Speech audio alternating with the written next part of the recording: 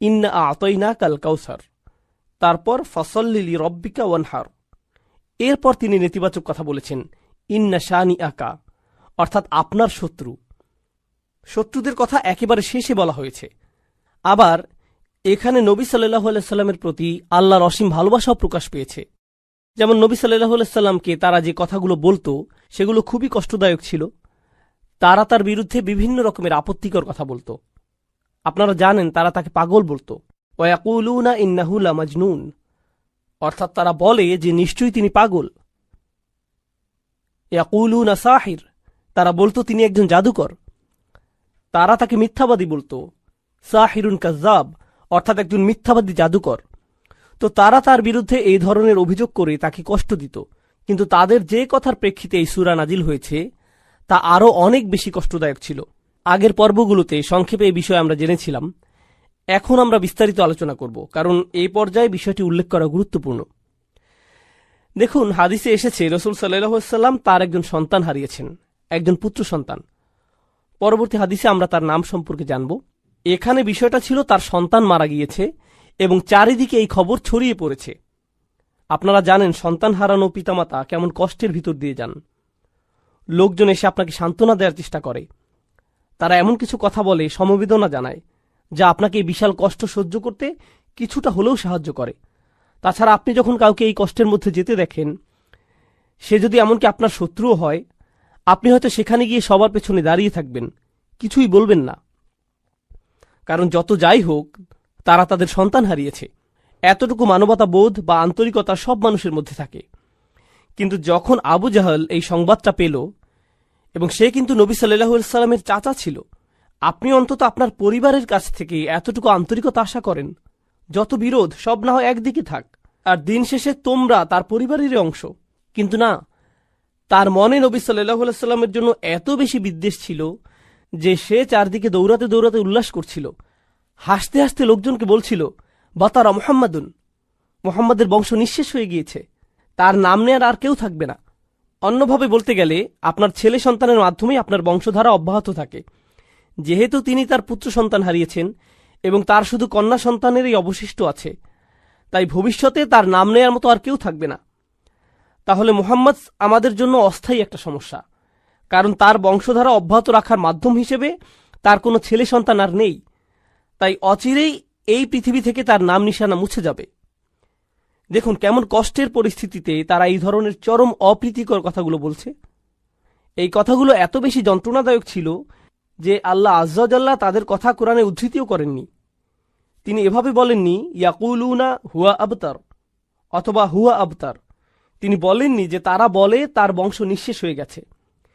তিনি নবী সাল্লাল্লাহু আলাইহি সাল্লামের সামনে তাদের সেই যন্ত্রণাদায়ক কথার উদ্ধৃত করে তাকে আঘাত দিতে চাননি। তিনি বিভিন্ন সূরায় তাদের বিভিন্ন কথা উদ্ধৃত করেছেন, যেমন তারা বলেছিল তিনি পাগল, তিনি একজন জাদুকর এবং তিনি একজন মিথ্যাবাদী। কিন্তু এই ক্ষেত্রে তিনি তাদের কথাগুলোকে উদ্ধৃত করেননি। তিনি সরাসরি তাকে সান্ত্বনা দিয়েছেন, ইন্না শানিআকা হুয়াল আবতার, আপনার শত্রুরাই নির্বংশ, নিশ্চিহ্ন হবে। তাহলে আল্লাহ আজ্জা ওয়া জাল্লা এখানে কাফিরদের কথাটা হুবহু উদ্ধৃত করেননি। এটা নিঃসন্দেহে নবী সাল্লাল্লাহু আলাইহি সাল্লামের প্রতি আল্লাহর অসীম ভালোবাসার বহিঃপ্রকাশ। পরিশেষে আমরা এই সূরায় আরও একটা অসাধারণ শিক্ষা পাই।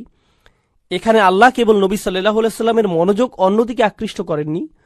রাসূল সাল্লাল্লাহু আলাইহি সাল্লাম তার সন্তান হারিয়েছেন। যখন কেউ এভাবে সন্তান হারায়, তার কাছে আর কোনো কিছুই ভালো লাগে না। এটা যে কোনো মানুষের ক্ষেত্রে হতে পারে, সব মানুষের ক্ষেত্রে এমনটা হয়। কেউ যখন তার সন্তান হারায়, তখন তার বাড়ি, ব্যাংক ব্যালেন্স অথবা অন্য যে কোনো কিছুর কথা মাথায় আসে না। মনের মধ্যে শুধু সন্তান হারানোর তীব্র ব্যথাই অনুভূত হয়। মা বাবার কাছে তাদের সন্তানেরা শ্রেষ্ঠ সম্পদ, তাই না? নবী সাল্লাল্লাহু আলাইহি সাল্লামের এমন কষ্টের মুহূর্তে আল্লাহ আজ্জা ওয়া জাল্লা প্রথমে তাকে সমবেদনা জানাচ্ছেন, ইন্না আতাইনাকা আল কাউসার। তিনি তার সন্তান হারিয়েছেন আর আল্লাহ তাকে বলছেন, আপনি সীমাহীন কল্যাণপ্রাপ্ত হয়েছেন, আপনি প্রাচুর্য লাভ করেছেন। আগের পর্বগুলোতে আমরা লিস্ট আকারে এগুলো সম্পর্কে জেনেছি, কিন্তু এরপরেও কিভাবে এই যন্ত্রণাদায়ক পরিস্থিতি মোকাবেলা করা যায়, কাফিরদের কথার যথাযথ জবাব দেওয়ার পাশাপাশি এই সূরায় আমাদের শেখানো হচ্ছে কিভাবে আমরা, বিশেষ করে পরিবারের কাউকে হারানোর তীব্র যন্ত্রণা, অসহ্য মানসিক কষ্ট, হতাশা এগুলো থেকে মুক্তি পেতে পারি। প্রথমত, আল্লাহ আপনাকে যা যা নিয়ামত দান করেছেন সেগুলোতে মনোযোগ দিন।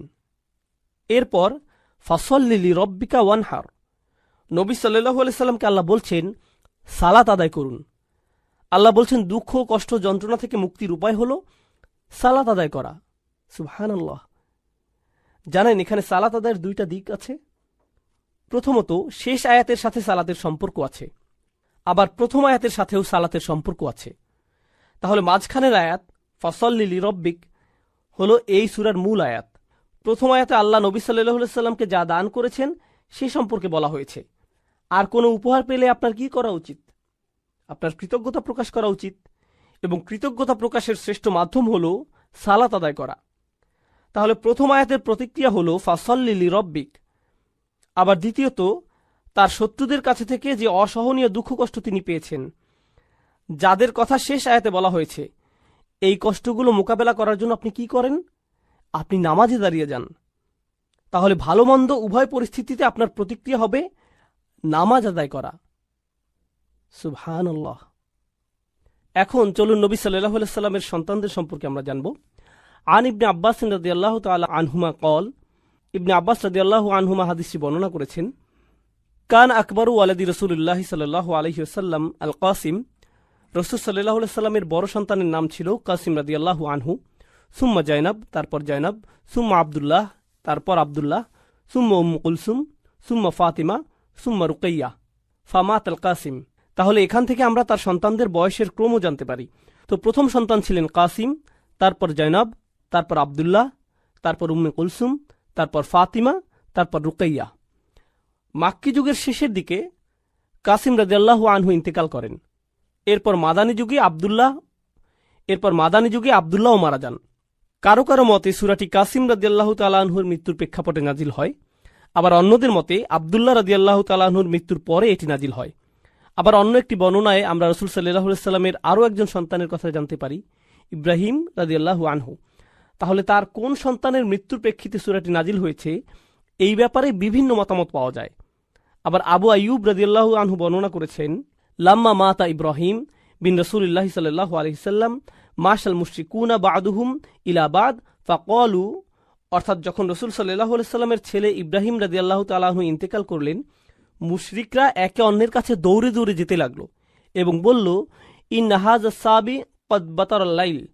সাবি মানে যার আর কোনো সন্তান হবে না, যার কোনো ছেলে সন্তান নেই, কোনো পরবর্তী বংশধর নেই, আজ রাতে তার বংশধারা নিঃশেষ হয়ে গেছে। এটা বলে তারা উৎসব করতে লাগলো। ইব্রাহিম রাদিয়াল্লাহু তাআলা আনহুর মৃত্যুর বর্ণনাই অধিক জোরালো। তো এবার আসুন, ফাসল্লি লিরব্বিক, এই আয়াতটি শুরু হয়েছে ফা অক্ষর দিয়ে। ফা সল্লি লিরব্বিক। এখানে ফা সম্পর্কে ইমাম আল আলুসি বলছেন, আল ফা ফি কওলিহি তাআলা, তিনি বলছেন আল্লাহ যখন আয়াতে ফা অক্ষরটি উল্লেখ করেছেন, লিতারতিবি মা বাদাহা আলা মা ক্বাবলাহা, এই ফা অক্ষরটি এর পূর্ববর্তী বাক্যাংশের উপর গুরুত্বারোপ করে এবং এটি ফা এর পূর্ববর্তী কথার সাথে এর পরের কথাকে সম্পৃক্ত করে। ফাইন্না ইতাআ তাআলা ইয়াহু আলাইহিস সালাতু ওয়াস সালাম মা যুকিরা মিনাল আয়াতিল্লাতি লাম ইউতিহা আহাদাম মিনাল আলামিন, অর্থাৎ যেহেতু প্রথম আয়াতে বলা হয়েছে নবী সাল্লাল্লাহু আলাইহি সাল্লামকে আল্লাহ প্রাচুর্য দান করেছেন, আর তিনি তাকে যা কিছু দান করেছেন সবই অসাধারণ এবং অতুলনীয়। তাছাড়া এগুলো এমন কিছু ছিল যা তিনি এই পৃথিবীর আর কাউকে দেননি। মুস্তাওজাবুন লিল মা'মুরি বিহি আই ইস্তিজাব। এজন্য এটা রাসূল সাল্লাল্লাহু আলাইহি সাল্লামের জন্য গুরুত্বপূর্ণ ছিল যে তিনি এই সীমাহীন কল্যাণ লাভের জবাবে কৃতজ্ঞতা প্রকাশ করবেন। এই অসীম নিয়ামতের জন্য সারা দিয়ে কৃতজ্ঞতা প্রকাশ করা খুবই জরুরি। আইফা দুম আলা সালাতি লিরব্বিক, অর্থাৎ রাসূল সাল্লাল্লাহু আলাইহি সাল্লামকে বলা হচ্ছে, যেহেতু আপনার প্রতি অসীম অনুগ্রহ করা হয়েছে তাই আপনি নামাজে অবিচল থাকুন। দুম আলা সালাত, আল্লাহর জন্য আপনি সালাতে অবিচল থাকুন। এগুলো ইমাম আল আলুসির মন্তব্য। আপনাদের আবার একটু মনে করিয়ে দিতে চাই, এর আগের সূরা থেকে আমরা জেনেছি তারা যখন নামাজ পড়ত তারা উদাসীন থাকত, নামাজের প্রতি তারা যত্নবান ছিল না। তাছাড়া যখনই তারা নামাজ পড়ত লোক দেখানোর জন্য নামাজ পড়ত। আর এই সূরায় ঠিক এর বিপরীত বলা হচ্ছে, তোমরা কেবল তোমাদের রবের জন্য সালাত আদায় করো, ফাসল্লি লিরব্বিক। তিনি শুধু ফাসল্লি বলেননি, যদিও এর মাধ্যমে আদেশটি পরিপূর্ণ বোঝা যাচ্ছে। যেমন তিনি অন্য আয়াতে বলছেন আকিমিস সালাত, শুধু আকিমিস সালাত, কিন্তু এখানে বলছেন ফাসল্লি লি রব্বিক, আপনার রবের জন্য সালাত আদায় করুন, আপনার রবের জন্য। এর মাধ্যমে নামাজ আদায়ের উদ্দেশ্য স্পষ্ট করে বলা হচ্ছে। এখন সল্লি ফা ইন্না সালাতা জামিয়াতু লি জামিহি আকসামুশ শুকুর, এটা খুবই গুরুত্বপূর্ণ। আল্লাহ সালাতের কথা বলেছেন, শুকুরের কথা বলেননি। তিনি বলেননি ওয়া শুকর রব্বাক, তোমার রবের কৃতজ্ঞতা প্রকাশ করো, তাই না? যখন কোনো অনুগ্রহ করা হয় তখন এর জন্য কৃতজ্ঞতা প্রকাশ করা উচিত। তাহলে আমরা বুঝতে পারলাম সালাত হলো জামিয়াতু লি জামিই আকসামুশ শুকুর, অর্থাৎ আল্লাহর প্রতি কৃতজ্ঞতা প্রকাশের পরিপূর্ণ, সর্বোৎকৃষ্ট এবং সর্বশ্রেষ্ঠ উপায় হলো আল্লাহর জন্য সালাত আদায় করা। এজন্যই আমরা রাসূল সাল্লাল্লাহু আলাইহি সাল্লামের জীবনে দেখেছি, যখন ভালো কিছু ঘটত বা কোনো ভালো খবর আসত, তিনি কি করতেন? তিনি সাথে সাথে 2 রাকাত নামাজ পড়তেন। এভাবেই তিনি আল্লাহর কৃতজ্ঞতা প্রকাশ করতেন। এবং এটা আমরা আমাদের নিজেদের জীবনেও প্রয়োগ করতে পারি। যখন কোনো ভালো কিছু আমাদের জীবনে আসে, আমরা কোনো সুসংবাদ পাই, সাথে সাথে আমাদের উচিত সর্বোৎকৃষ্ট উপায়ে তার কৃতজ্ঞতা প্রকাশ করা, আল্লাহর জন্য সালাত আদায় করা।